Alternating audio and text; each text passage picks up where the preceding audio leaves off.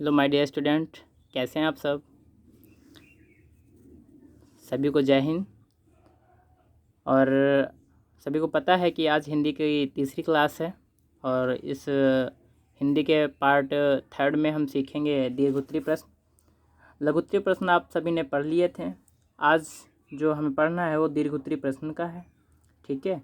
और मैं आशा करता हूँ कि सभी ने ये क्वेश्चन भी लर्न कर लिए होंगे। होमवर्क सभी का कंप्लीट है, बहुत अच्छा लगा और पूर्ण ईमानदारी के साथ में अपना वर्क भी करते रहेंगे। तो चलिएगा देखते हैं पहला क्वेश्चन इसका क्या है।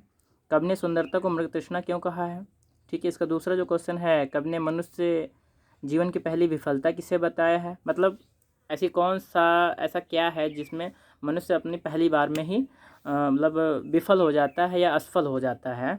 कवि को किन किन परिस्थितियों में पथिक के पथ भूलने की आशंका है, ठीक है। चौथा क्वेश्चन जो है इसका वो भाव स्पष्ट कीजिए। दो आपके पैराग्राफ दिए हुए हैं, सुंदरता की मृग तृष्णा में पथ भूल न जाना पथिक कहीं। और जो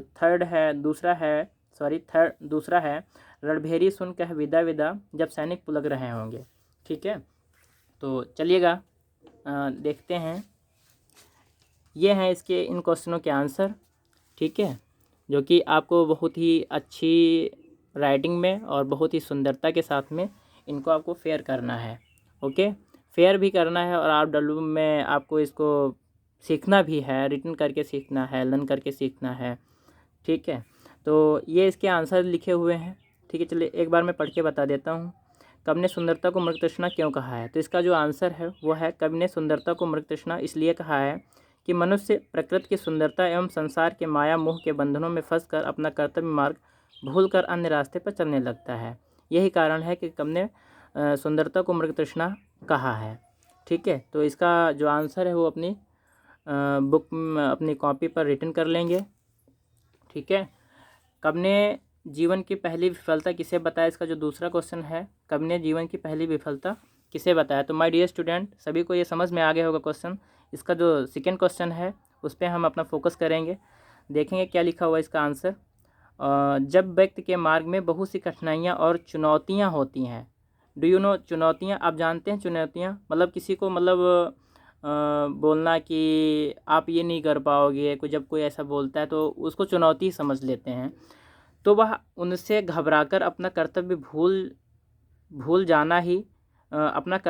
जाना ही जीवन की पहली विफलता कही जा सकती है। किंतु मनुष्य को यहाँ पे विपरीत लिखना है। किंतु मनुष्य को विपरीत परिस्थितियों में अपने लक्ष्य को प्राप्त करने की क्षमता रखनी चाहिए, ठीक है। इसका जो थर्ड क्वेश्चन है वो है, कवि को किन किन परिस्थितियों में पथिक के पथ भूलने की आशंका है। तो कवि को, इसका जो आंसर है, कवि को किसी मोह, लालच, प्रथम विफलता, अकेलापन, अधिक उलझने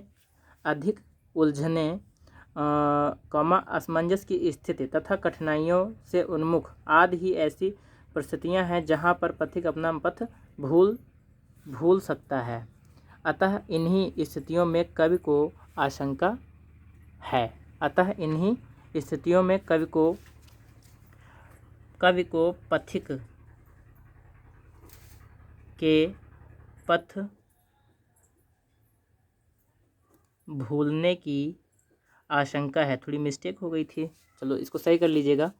और इसके जो बात का जो क्वेश्चन है वो भाव स्पष्ट कीजिए और ये आपको स्वयं से रिटन करना है, ठीक है। ये आपका होमवर्क में है, ये आपको अपनी RW कॉपी पे इसके आंसर आपको स्वयं बताने हैं, ओके। सुंदरता की मृग तृष्णा में पथ भूल न जाना पथिक कहीं।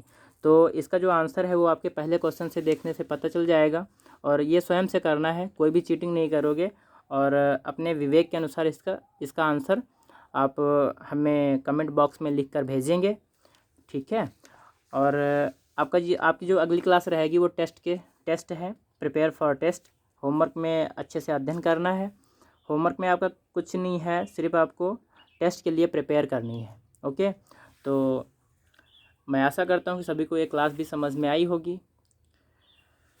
अगर किसी भी स्टूडेंट को कोई डाउट है या संदेह है तो हमें कमेंट बॉक्स में उसका लिख सकता है कि हमें सर ये प्रॉब्लम है, ये नहीं समझ में आया, तो मैं उसकी समस्या का समाधान ज़रूर निकालूँगा।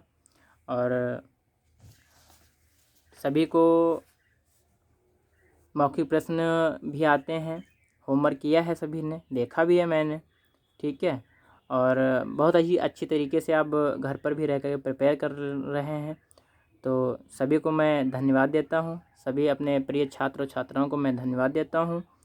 आप सभी बहुत अच्छे हैं, ठीक है। और टेस्ट में अब ये नहीं सोचेंगे मतलब सर टेस्ट है, चलो ठीक है, सर ने तो क्वेश्चन तो बता ही दिए हैं, ठीक है, सर ने क्वेश्चन तो बता दिए हैं, सर टेस्ट लेंगे, क्वेश्चन जो आएंगे हम यहाँ से कर लेंगे बुक से देखकर।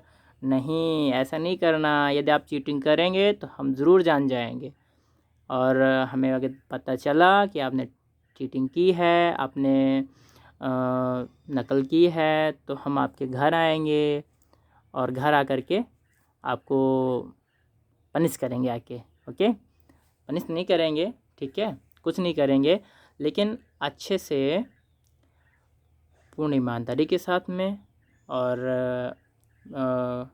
अपनी लगनता के साथ में इनके जो टेस्ट में क्वेश्चन हो उनके आंसर आपको देने हैं, ठीक है। कोई भी प्रेशर नहीं है, आराम से आपको सारे क्वेश्चन आने चाहिए। आपको मैं बता दूं जो टॉपिक है टेस्ट में वो क्या रहेंगे।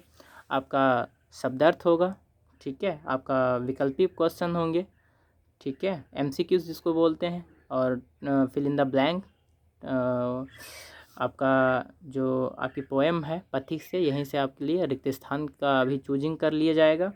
और दीर्घोत्तरीय प्रश्न और लघुत्तरीय प्रश्न यहाँ से क्वेश्चन आपसे पूछे जाएंगे। और इसके बाद का जो चैप्टर आपका रहेगा, अगला टॉपिक जो है वो है भाषा की बात, ठीक है। अगली क्लास में हम टेस्ट के बाद आफ्टर टेस्ट हम पढ़ेंगे संधियाँ, ठीक है।